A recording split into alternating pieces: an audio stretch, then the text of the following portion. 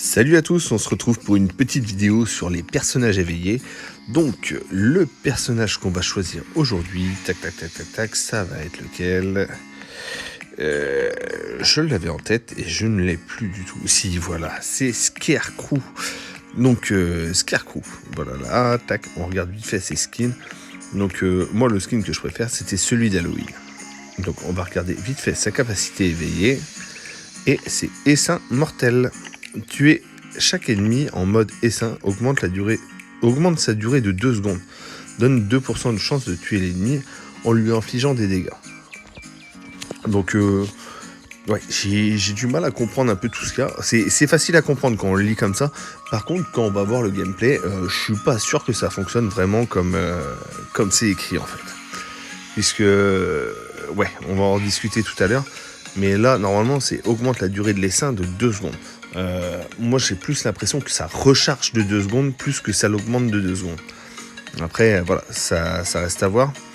Et donne 2% de chance de tuer l'ennemi. Alors, est-ce que c'est de l'attaque mortelle? Je ne sais pas non plus. C'est vrai que la description est assez floue là-dessus. Mais on va voir ce que ça va donner en labyrinthe abyssal. Donc, exclure les capacités. Qu'est-ce que j'ai exclu? J'ai exclu la vie et la vitesse de déplacement. Parce que pour moi, bon, le seul truc qui va être intéressant, ça va être plus d'essaims pour développer le tourbillon le plus vite possible. Après, ça va être ricochet. Ricochet sera important parce que voilà, il va attraper plus de monde, le plus de monde possible. Après, quoique, c'est important sans être important parce qu'une fois que l'essaim est activé, voilà, le ricochet, on s'en bat un peu les cacahuètes, on va dire. Donc, et de la distance selon l'utilisation qu'on va en avoir. Donc ça va dépendre si on est avec du régène de vie ou sans régène de vie. Donc voilà pour Scarecrow. Donc là on va le sélectionner et on va partir en labyrinthe abyssal. Hop là. Donc si vous aimez ce genre de vidéo, n'hésitez pas à vous abonner à ma chaîne. Moi ça me fait plaisir de voir des nouveaux abonnés. Et voilà, ça valorise vraiment le travail que je fais sur ces vidéos. Et ça me fait vraiment du bien. Donc là on va essayer de faire qu'une seule manche. Après là on est tombé avec un petit planque rat. Non, oui, c'est planque doctor. Que je ne dise pas de conneries non plus. Alors, tac. Alors, dès le début, c'est assez compliqué pour tuer les premiers mobs. Après, avec un set mythique, je pense que ça sera beaucoup plus simple. Hein. Bien évidemment, vu qu'on va taper beaucoup plus fort. Alors là, voilà, j'ai du ricochet, donc je vais taper un maximum de monstres. Alors là, le but, ça va être de déclencher mon premier essaim. Et une fois que le premier essaim, voilà, il est fait. Là, ça va être du gâteau. Je vais passer sur tout le monde. Je vais pouvoir prendre tout le monde et ça devrait bien se passer. Hein. Donc, Scarecrow en personnage éveillé, je ne le conseille pas forcément. Moi, c'est juste que je kiffe son gameplay. Ça me fait penser un peu à Skull, mais un Skull amélioré puisqu'il y aurait de la distance et du gel en fait. Donc, après, c'est vrai qu'avec Skull, on peut geler, mais ouais, le gameplay de Scarecrow, je l'adore. Je l'adorais de base. C'est vrai que ça m'a manqué. Là, il est éveillé, donc je suis super content. Mais ouais, il y aura d'autres personnages à éveiller avant, bien sûr. Alors, tac, on peut le finir à 2, mais je vais continuer à tuer quelques monstres, hein, histoire de... Hop là. Donc là, j'ai perdu mon essaim. Et là, on va voir comme je tape un peu plus fort, normalement. Voilà, je vais le refaire automatiquement. Donc là, hop, c'était cool. Tac. Je sais pas, je me lancerais bien peut-être pour faire une deuxième partie. Voilà, je vais prendre Necromancer Histoire 2 et je vais quitter la partie, je vais en relancer une. Parce que vraiment, c'est un personnage que je kiffe. Là, j'avais un personnage qui était fort avec moi. Hop, là, je vais quitter la partie.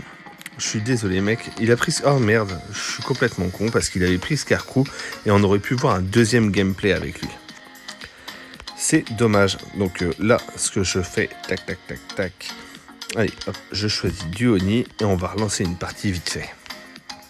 Donc là, c'est pareil, on va faire qu'une seule manche. Et là, tiens, pour changer, on va prendre en feu.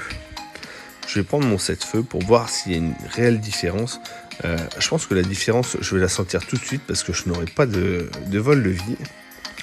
Mais en termes de dégâts, je pense que ça peut être vraiment intéressant.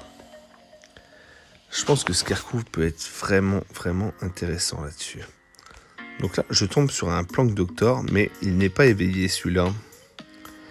Donc tac. Hop. Alors, je suis à moitié con parce que je fais comme si j'avais Plank Doctor moi, parce que j'ai l'habitude de l'utiliser en première manche. Et c'est vrai que je ne fais pas attention à ce que je fais. Et là, je ne sais pas si je serai assez fort pour les tuer assez rapidement. Donc sachant que voilà, j'ai plus que 31 de vie, donc je pense que je vais me faire plier en 2 secondes. Il n'y a pas de cœur à traîner. C'est malheureux cette histoire, et voilà. Bon, l'histoire était beaucoup plus malheureuse que je pensais. Avec le feu, là, je galère un peu plus. Hein. Alors, on va y aller plus tranquillement. Alors là, j'ai une pierre de stun, donc voilà. Là, ça va être cool. Je vais réussir à en tuer un. Bah, j'en ai déjà tué un, vu qu'on voit ma petite barre bleue en dessous ma vie, qui a monté un petit peu. Alors là, c'est une misère pour les tuer. Bon, je galère un peu plus que ça avec le 7 feu, c'est pas évident. Donc là, hop. J'aimerais bien faire quelque chose. Bon, c'est vrai qu'avec le 7 feu là, je galère beaucoup plus. Allez.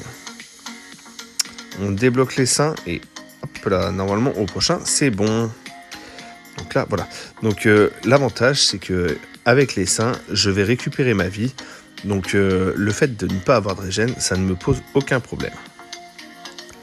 Donc après, sur le boss, là, on est en random, donc ça va être hyper compliqué parce que je vais pas pouvoir stacker mon feu, je ne pense pas, on va voir. Non, voilà, on voit le feu ne décolle pas. Donc là, ça ne sera pas terrible. Donc une fois que l'essaim est activé, hein, on voit il balaye toute la piste. Hein. Au niveau... pour faire de l'XP, c'est vraiment un personnage qui est super. Là, on voit, j'ai quasiment rien à faire, ça rentre dedans. Et j'épluche tout le monde. Hein. Bah oui, tu me dis au secours. Mais on va attendre un petit peu là. On va essayer de monter un peu en niveau. Moi, j'y vais que quand je serai niveau 20. Donc, ouais. Moi, c'est le gameplay de ce personnage que j'aimais bien. Et ben, je n'ai rien fait pour lui. Tac. Donc, le gameplay du personnage, je l'adore. C'est dommage. Mais voilà. C'est pas un personnage à éveiller en priorité. Il y en a bien d'autres à éveiller. Et il reste agréable à jouer. Hein. Ça, c'est clair et net. Il reste super agréable à jouer. Et il peut dépanner. Hein. Il peut dépanner. Le fait qu'il ait de la glace, c'est vraiment intéressant. Donc ça, c'est bien aussi la nouvelle capacité qui permet de vendre automatiquement les objets qu'on a sélectionnés, tels que les objets verts, les objets bleus. Et ça, c'est pas mal. Là. Tac. Alors, on choisit Oni. Hop là. Donc voilà pour mon petit Scarecrow. Moi, j'en suis très fier. Je suis très content de l'avoir fait. Après, c'est une question de goût. Hein. Parce qu'il y a des personnages, bon, je les ai faits que pour le plaisir aussi. Ils ne m'ont pas servi à grand chose, mais voilà, j'avais envie de les faire. Voilà. Tac. Oui, parce que typiquement, Grim Reaper, voilà, c'est un personnage que j'aimais beaucoup aussi. Et je vais le mettre dans la même catégorie. Hein. C'est dans les personnages qui servent à rien, mais qui, voilà, s'ils vous font plaisir, faut le faire. Et voilà. Donc voilà pour cette petite présentation sur Scarecrow. Je vous souhaite une bonne journée. Allez, au revoir.